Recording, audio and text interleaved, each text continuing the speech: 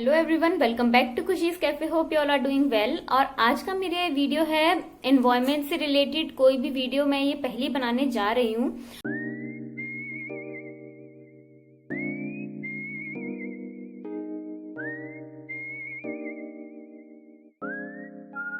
तो धीरे धीरे करके मैंने चीजों को रिप्लेस करना शुरू कर दिया है। जितने भी हम अपनी लाइफस्टाइल में प्रोडक्ट्स यूज करते हैं, धीरे धीरे करके मैं उन्हें उनके बारे में स्टडी करती जा रही हूँ। अभी तक आपके पास जो भी चीजें हैं उनको पहले आप यूज कर लीजिए। आइदर उनको रख दीजिए इमरजेंसी के लिए, और अगर आप कुछ नया लेने जा रहे हैं तो अब कोशिश कीजिए कि वो आप ऐसी चीज लें जो सस्टेनेबल हो और इको फ्रेंडली हो। आज मैं पहला टॉपिक जो लेने वाली हूँ, जो कि मैंने रिप्लेस कर लिया है पूरी तरह से, वो दो चीजें हैं। एक तो अपने सैनिटरी पैड्स और दूसरे डाइपर्स। तो मैंने इन दोनों को एक साथ इसलिए इंक्लूड किया है क्योंकि कहीं ना कहीं इनके बनाने का जो मटेरियल है वो लगभग एक जैसा ही होता है और काम भी ये एक जैसा ही कर रहे होते हैं। जो लीक है उसको बचाने के लिए हम इनको यूज करते हैं बेसिकली। तो होता क्या है कि एक तो आप लोग मेरी, पहले तो मैं आप लोगों को अपनी कॉपी दिखा दूं कि मैंने ये पूरी एक कॉपी बना के रखी हुई है। ये आप देख सकते हैं। तो इसमें जितनी भी स्टडी मैं करती हूँ, जितनी भी चीजें मुझे मिलती जाती हैं, वो सारी मैं नोट करती हुई चल रही हूँ ताकि मैं रिप्लेस कर सकूं और मुझे चीजें याद रहे, मैं कुछ भी भूलू ना। पहली बात तो ये कि जितने भी ये डाइपर्स होते हैं और सैनिटरी पैड्स होते हैं, जिनका कि बहुत ज्यादा एडवर्टाइजमेंट है और उसमें हम लोग ट्रैप में बहुत अच्छे से आ चुके हैं, क्योंकि मुझे नहीं लगता कि अब कोई भी ऐसा होगा जो कि इन पैड्स को यूज ना करता होगा या डाइपर्स को यूज ना करता होगा। तो सभी हम इस ट्रैप में बुरी तरह से फंस चुके हैं।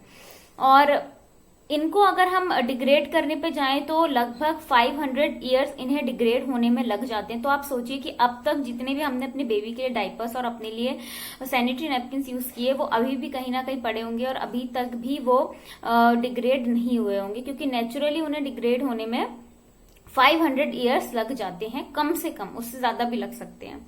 तो ये बेसिकली करते क्या है, अगर हम इन्हें डस्टबिन में फेंक देते हैं तो ये हमारे लैंडफिल का हिस्सा जाके बन जाते हैं। मतलब जहां पर भी जाके हमारा कचरा डंप होता है वहां पर ये पूरे 500 साल तक भी पड़े रह सकते हैं। मतलब हमारी लाइफ स्पेन से तो कहीं ज्यादा सालों तक ये बरकरार रहेंगे। तो दूसरी चीज ये कि इनको बनाने में बहुत ज्यादा हार्मफुल केमिकल्स यूज होते हैं, जो कि हमारी स्किन के लिए बिल्कुल भी अच्छे नहीं होते हैं, हमारी बॉडी के लिए बिल्कुल भी अच्छे नहीं होते हैं। इन डाइपर्स और सैनिटरी नैपकिन को अपने प्राइवेट पार्ट्स में यूज करते हैं, अपने चाहे बेबी के, तो बहुत ज्यादा ये देखना जरूरी है हम लोगों के लिए कि वो एक अच्छी और एनवायरमेंट फ्रेंडली और सस्टेनेबल चीज हो, ताकि उससे हमारी बॉडी को भी नुकसान ना हो। तो पहली बात तो ये कि ये इको फ्रेंडली नहीं है, ये बायोडिग्रेडेबल होते नहीं हैं, ये प्लास्टिक मटेरियल्स के होते हैं। और इनको पहनने से बहुत ज्यादा रैशेज वगैरह आपने देखे होंगे, सभी को हो जाते हैं, बच्चों को हो जाते हैं डाइपर रैशेज, हम लोगों को भी हो जाते हैं। इवन हम लोग तो सिर्फ कुछ दिन के लिए मंथ में यूज करते हैं तो हम लोगों को रैशेज आते हैं, बट बेबीज के लिए तो ये है कि वो डे नाइट, जो छोटे बेबीज होते हैं उनके ऊपर ये डाइपर्स रहते हैं। तो सोचिए उनकी क्या हालत हो। मुझे अब भी याद है जब देव का नामकरण था तब मैंने उसको डाइपर पहनाया था, और क्योंकि उस टाइम पे बच्चे बहुत ज्यादा पॉटी करते हैं, बहुत ज्यादा पूप करते हैं, तो जिसकी वजह से उसको रैशेज हो गए थे उस दिन, क्योंकि बहुत ज्यादा हम लोग ख्याल नहीं रख पाए थे फंक्शंस वगैरह की वजह से। तो उसके बाद वो जो उसको रैशेज हुए उनको ठीक होने में कम से कम 15 to 20 डेज लग गए, उससे भी ज्यादा शायद। किसी भी तरीके की क्रीम पाउडर उसको सूट ही नहीं हो रहे थे, ना क्रीम, ना पाउडर, ना ऑयल। तो फिर हमको डॉक्टर के पास जाकर ही उसकी दवाई लेनी पड़ी, तब जाकर के वो ठीक हो पाया। तो इतने छोटे बच्चों को तो कोशिश करनी चाहिए कि बिल्कुल मिनिमम से मिनिमम डाइपर हम दें तो बेस्ट है। उसके बाद मैंने देव को कम से कम 4 मंथ तक एक भी डाइपर देव ने नहीं पहना है, सिर्फ ट्रेवलिंग के टाइम पे पहना होगा।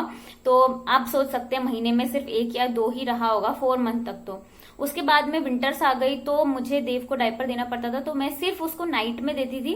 नाइट में मैं उसको डाइपर पहना के सुलाती थी और दिन में मैं उसको वैसे ही रखती थी, या तो क्लॉथ डाइपर पहनाती थी या फिर मैं फटाफट टाइम पे उसकी जो नेपीज हैं या फिर जो उसने पजामा पहनी है वो चेंज करती थी, और उसके नीचे मैं एक शीट बिछा के रखती थी, पॉलीथीन की या फिर प्लास्टिक की शीट्स आजकल अवेलेबल है, वो मैं बिछा करके रखती थी। पहली चीज तो ये है कि इचिंग, रैशेज वगैरह ये देखने को मिलते ही मिलते हैं, ये बहुत कॉमन चीज है, चाहे हम अपनी बात करें चाहे बेबीज की बात करें। दूसरी चीज ये है कि जो सबसे ज्यादा और सबसे खतरनाक बात है वो है इनफर्टिलिटी। बिल्कुल आपने सही सुना, इन डाइपर्स और इन सैनिटरी नैपकिन्स की वजह से इनफर्टिलिटी भी देखने को मिली है। और ये आप देख सकते हैं, स्टडी कर सकते हैं, इसके बारे में रिसर्च कर सकते हैं, क्योंकि मैंने पढ़ लिया है तो इसलिए मैं आप लोगों को बता रही हूँ। आप लोग खुद इसके बारे में स्टडी करके पढ़ सकते हैं अगर आप चाहें तो। तो इसका सब्स्टिट्यूट मैंने क्या देखा है।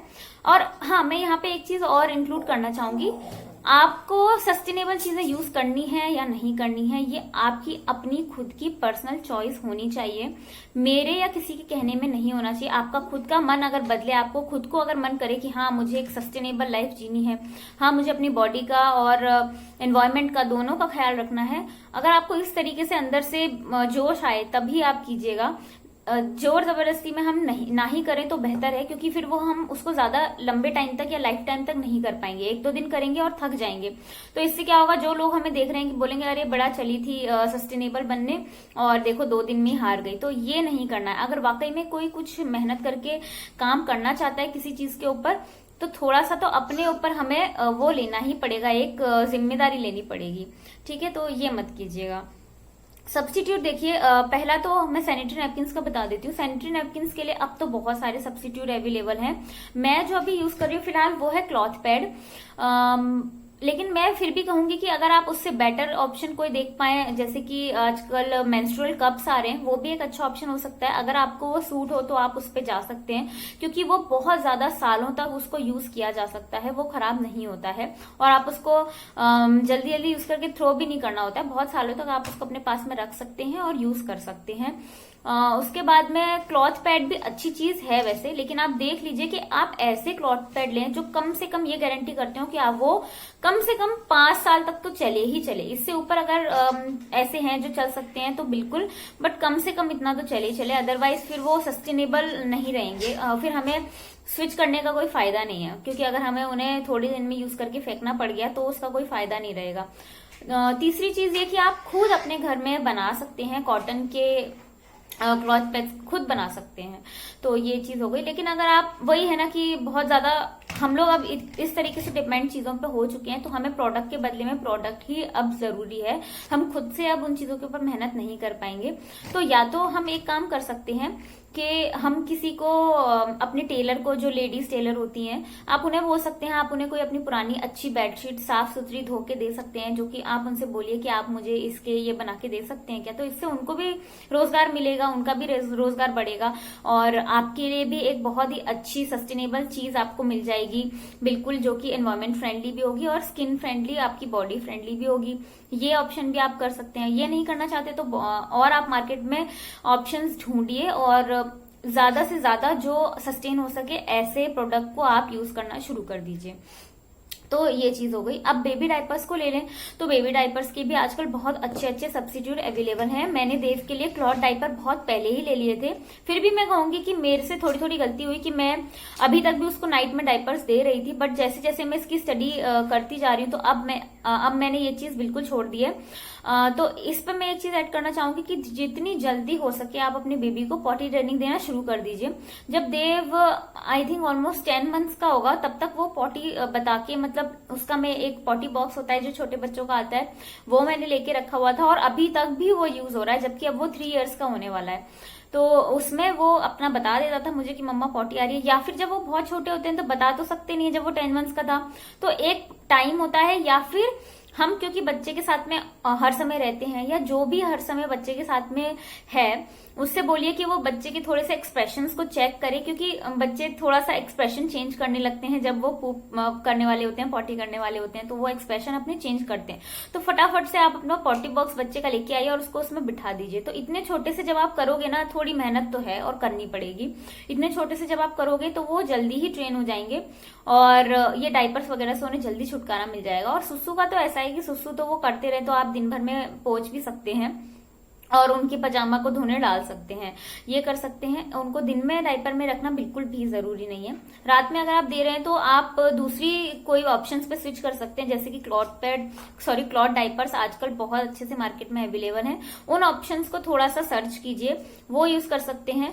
और इसके अलावा अगर वो मैंने बोला ना आपको, जो कि मैंने सैनिटरी नैपकिन्स के लिए बताया, अगर आपका कोई टेलर है या फिर कोई लेडी टेलर है, आप उनको बोल सकते हैं, डिजाइन दिखा सकते हैं कि देखिए मुझे कुछ इस तरीके का एक बना के दे दीजिए जिसमें कि ठीक से लिखना हो। तो एक आप अपनी कोई कॉटन की बेडशीट दे सकते हैं उसको बहुत अच्छी सी, या फिर कोई कॉटन का क्लॉथ आप अच्छा खरीद के ला सकते हैं खुद महसूस करके कि वो अच्छे मटेरियल है कि नहीं है उसका, और आप खुद किसी टेलर से वो चीज बनवा सकते हैं अपने छोटे बच्चे के लिए। तो आप बिल्कुल इससे प्लास्टिक डायपर से फ्री हो जाएंगे और आपकी बेबी की स्किन और बेबी को कभी भी कोई प्रॉब्लम नहीं होगी, और आप एक सस्टेनेबल और बायोडिग्रेडेबल प्रोडक्ट को अपनी लाइफ में एंट्री दे सकते हैं बहुत इजी तरीके से।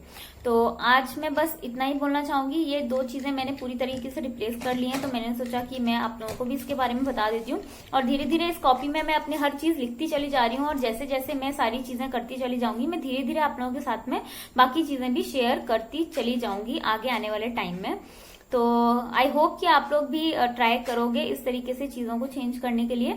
और फिर से मैं ये बात रिपीट कर दूं कि जो भी करना है खुशी खुशी करना है, ताकि आप दूसरों को मोटिवेट कर सको। अगर आप दुखी मन से करोगे कि यार ये कैसे करना, या तो करो ही मत, ठीक है, उन्हीं चीजों में रहो।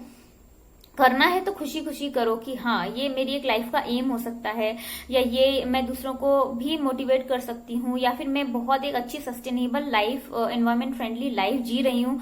अगर आप इस तरीके से अपने आप को चेंज करेंगे तो आप अपने आप में एक पॉजिटिविटी जनरेट करेंगे, और जो छोटी मोटी दिन की इधर उधर की बातें होती है ना, जिनसे हम फालतू की टेंशन लेके बैठ जाते हैं, वो कभी होगा ही नहीं जब आप एक अच्छे कॉज के लिए अपनी लाइफ को लगा रहे होगे। तो लास्ट में मैं एक चीज मेंशन करना भूल गई थी कि मैंने एक न्यू फ्रेंड बनाई है यूट्यूब पर ही, और उनके मैं बहुत सारे वीडियोस देख रही हूँ, जिनकी वजह से मुझे इन सब चीजों में हेल्प मिल रही है, और बहुत सारी और चीजें और नॉलेज जानने को मुझे मिल रही है। उनके चैनल का नाम है पॉल्यूशन का सॉल्यूशन, तो आप लोग जाके उन्हें भी सब्सक्राइब कर लीजिए। और बहुत सारे ऑप्शंस उन्होंने बताए हैं, तो आप अगर उन पे रिलाई कर सकते हैं तो आप करिएगा। इसके अलावा और भी बहुत सारे अच्छे यूट्यूबर्स हैं जिन्होंने, जो कि इस तरीके से इन चीजों पे काम कर रहे हैं, आप उन्हें फॉलो कर सकते हैं। किसी को भी आप अपना दोस्त बना सकते हैं, किसी को भी आप फॉलो कर सकते हैं जो कि आपको सही लगता हो। बहुत सारी ऐसी कंपनीज और प्रोडक्ट्स हैं जो कि नेचुरल, इको फ्रेंडली, इन सब के नाम पे बेसिकली हमको ठग रहे हैं, बिल्कुल ठग रहे हैं।